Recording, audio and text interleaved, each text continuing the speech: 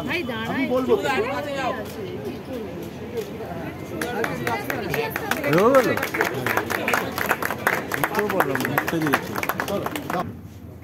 বহুরূপী দুজন music BGM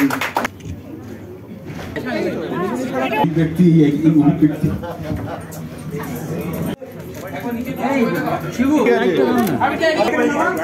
বাইরে আমরা স্পেশাল একটা লোক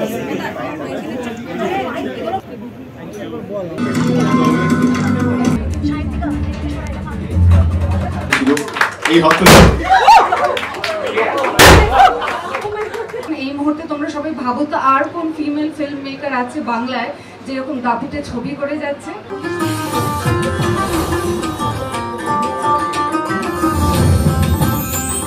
যেদিনকে আমি বহুরূপীর কল পেয়েছিলাম সেদিনকে আমি ফার্স্ট আধ ঘন্টা আর কি টাইম নিয়েছিলাম টু রিয়েলাইজ যে হ্যাঁ এটা হয়েছে, বিকজ প্রলয়ের পর আমি অলমোস্ট 7 to 8 months একটা গ্যাপে ছিলাম। I did not work.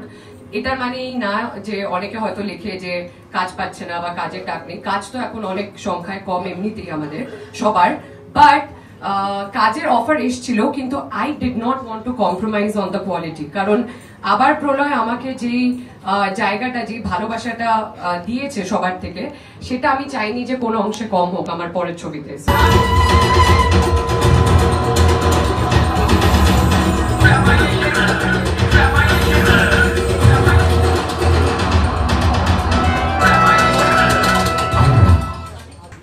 আমার যিনি পরিচালক নন্দিতা রায়, আমি একসঙ্গে আমরা কাজ করেছি, কিন্তু এই সিনেমায় আমি একজন অভিনেতাই বলে মনে করব, এবং এই সিনেমায় আমার পরিচালক শ্রীমতী নন্দিতা রায়। তো উনি আমাকে আমার জন্মদিনেরই বলতে পারেন, আমার এই এত বছর যা কাজ করেছি, তো সেখান থেকে উনি আমাকে একটা গিফট দিয়েছিলেন। তো সেই গিফটটা ছিল যে ডাবল ধামাকা হবে।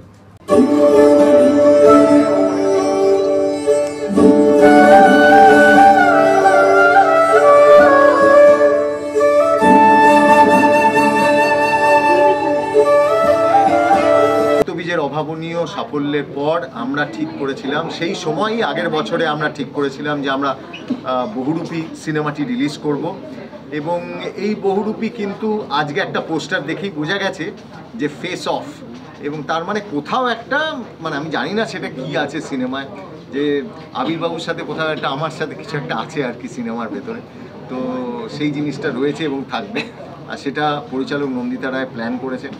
তো এইটা এবার বহুরূপীর বাকি জিনিসটা আস্তে আস্তে আস্তে আস্তে আমাদের যেগুলো সমস্ত কন্টেন্ট আসবে সেটা দেখলে বোঝাই যাবে কি আসছে। শিবুদা, এবার আপনাকে অভিনেতার ভূমিকায় দেখতে পাবো, এটা তো একটা অনেক বড় আনন্দের বিষয় দর্শকদের কাছে, তো আপনার কেমন?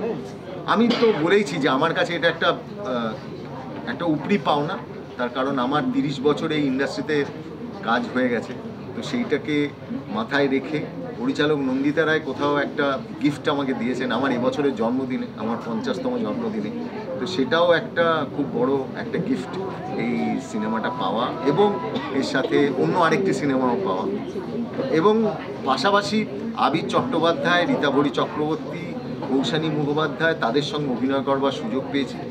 এটা একটা পরম প্রাপ্তি।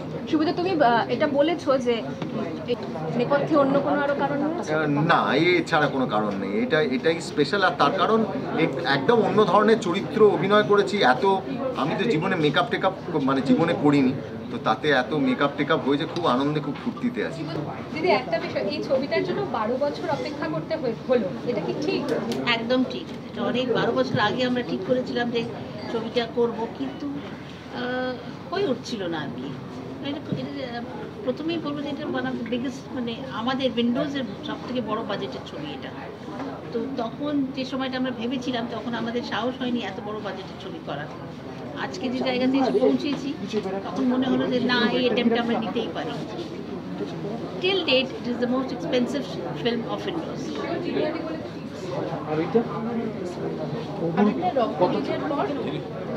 আচ্ছা, ও শুরু করেছে বহুরূপী এই চরিত্রটা, মানে এখানে কি চরিত্র এবং কতটা চ্যালেঞ্জিং কিভাবে দেখা যাচ্ছে পুলিশের চরিত্রে? হ্যাঁ, আমি এখানে ব্যোমকেশ এখন পুলিশ। হ্যাঁ, ব্যোমকেশ এখন পুলিশ কিনা আমি জানি না, আমার মনে হয় না ব্যোমকেশ পুলিশ হবে, তবে আবির চট্টোপাধ্যায় এবার পুলিশ হিসেবে অভিনয় করেছেন বহুরূপীতে। সুমন্ত ঘোষাল। এখন এই মুহূর্তে দাঁড়িয়ে এটুকুই বলতে পারি, হ্যাঁ এটা আমার কাছে প্রথমবার আমি একটা গোটা ছবি করলাম যেখানে আমাকে ইউনিফর্মে দেখা যাবে। এবার ইউনিফর্মে দেখা যাওয়ার পিছনে কেন বারবার এটা বলছি, যে মানুষরা এই কাজটা করছেন অহরাত্র, তাদের প্রতি একটা দায়িত্ব থাকে। এবং যেহেতু এই গল্পটা আমরা জানি একটা বাস্তব ঘটনা অবলম্বনে, তারপরে অন্যান্য হয়তো কিছু ফিকশনাল ঘটনাও ঘটে, কিন্তু মূলত বাস্তব ঘটনা অবলম্বনে। এবং আমার সৌভাগ্য হয়েছিল সেই যে মানুষটির ওপর এই চরিত্রটি, যে মানুষটিকে দেখে এই চরিত্রটি তৈরি হয়েছে, তার সঙ্গে আলাপ হওয়ার। কাজেই যখন বাস্তব থেকে কোনো ঘটনা বা বাস্তব চরিত্রের ছায়াতে একটা চরিত্র তৈরি হয়, তখন একজন অভিনেতা হিসেবে দায়িত্বটা আরও বেশি হয়। এটা গত বছর রক্তবীজ রিলিজ করেছিল এবং আমরা দারুণ রেসপন্স, ভালোবাসা পেয়েছিলাম। কাজে আমার মনে হয় এবারও বাংলা ছবির দর্শকদের প্রত্যাশা আরও বেশি থাকবে, তার ফলে এই চ্যালেঞ্জটা বেশি। এবং যখন নন্দিতা দি, শিবুদা এবং গোটা উইন্ডোজ টিম তারা আগের পুজোর পরে আবার এই পুজোতে আমাকে দায়িত্ব দিলেন, তখন কোথাও গিয়ে ওই বলে না যে দায়িত্ব পেলে আরও আরেকবার করে ওই অনুভবটা হয় যে তারা যখন আমার উপর দায়িত্ব দিচ্ছেন আমাকে আরও বেশি খাটতে।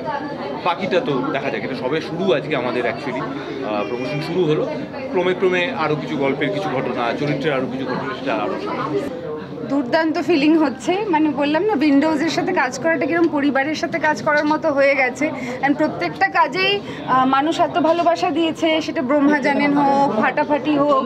তো আমারও একটা প্রত্যাশা এই হাউসটার থেকেই হয়ে গেছে যে ওদের সাথে কিছু কাজ করলে ওরা খারাপ কিছু করবে না, ওরা এমন কিছুই করবে যেটা মানুষের ভালো লাগবে। আলটিমেটলি ছবি বানানো তো দর্শকের জন্যে, দর্শকের যদি ভালো লাগে তাহলেই, মানে কোয়ান্টিটির থেকে কি বলো তো কোয়ালিটি অফ ওয়ার্ক। অ্যান্ড তোমরা যদি এখন একটু ইন্ডাস্ট্রিটাতে আওয়াজ করে দেখো, নিজেরাই হিসেব করে দেখো বছরে কটা ভালো ছবি হয়।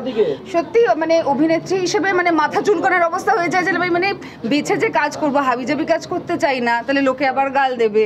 আবার ভালো কাজের সংখ্যা এত কম, তো সেখানে আমার মনে হয় উইন্ডোজের এক একটা ছবি এত বড়, এত সুন্দর করে রিলিজ করে, বানায়, যে একটা অভিনেতা বা অভিনেত্রীর জন্য এটা একটা বিশাল প্রাপ্য। তাই নিজের থেকে মনে হয় নিজেকে উজাড় করে দিই অভিনেত্রী হিসেবে, এবং আমার কি বলবো বিজনেস মাইন্ড হিসেবেও। প্রত্যেকটা ছবির ওই জন্যে তোমরা আগেও দেখেছো, রিলিজ, মার্কেটিং, এভরিথিংয়ের জন্য আমরা সবাই একসাথে লড়ে যাই। বিকজ মনে হয় একটা প্রপার যুদ্ধে নেমেছি, মানে জীবন যুদ্ধে, যেখানে আমাদের ছবিটাকে মানুষের কাছে পৌঁছে নিয়ে যেতেই হবে।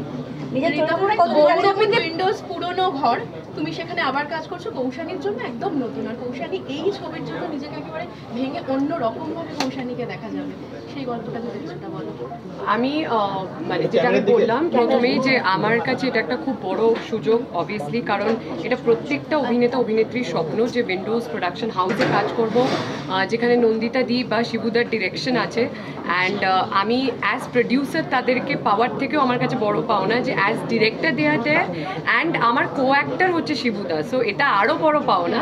অ্যান্ড সেই জায়গায় তুমি যেটা বলছো যে এটা অনেকটা না ডিরেকশনের উপর ডিপেন্ড করে, যে তোমাকে কতটা ভাঙতে পারছে, তোমার লুক সেট, তোমার মানে ফিজিক্যালি তোমার ভাঙা প্লাস তোমার পারফরমেন্স দুটোই।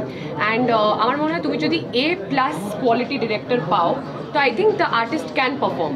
আর এই স্ক্রিপ্টটায় আমার মনে হয় আমরা 4 জন আছি, অ্যান্ড 4 জনেরই মানে ইনাফ সুযোগ নিজেদের জায়গাটা প্রমাণ করার দর্শকের কাছে। তো আই থিঙ্ক নতুনভাবে পাবে সবাই। আর এরকমই চ্যালেঞ্জিং ক্যারেক্টার্স করতে চাই, তাই জন্য বছরে যদি 2টো ভালো ছবি হয় তাও আচ্ছা, কিন্তু ভুলভাল ছবি যেটা এলো গেল কেউ জানতেই পারলো না, সেটা করার থেকে বেটার। ঝিমলিকে অনেকগুলো লুকে দেখলাম, তো সেক্ষেত্রে কি কোথাও কি তাকেই বহুরূপী হিসেবে আমরা দেখতে পাবো, বা তোমার এই ঝিমলি ক্যারেক্টারটার সঙ্গে মাটির, লাল মাটির দেশের মেয়েদের সঙ্গে অনেকটা মিল রয়েছে, সেটা যদি একটুখানি বলো কীরকম?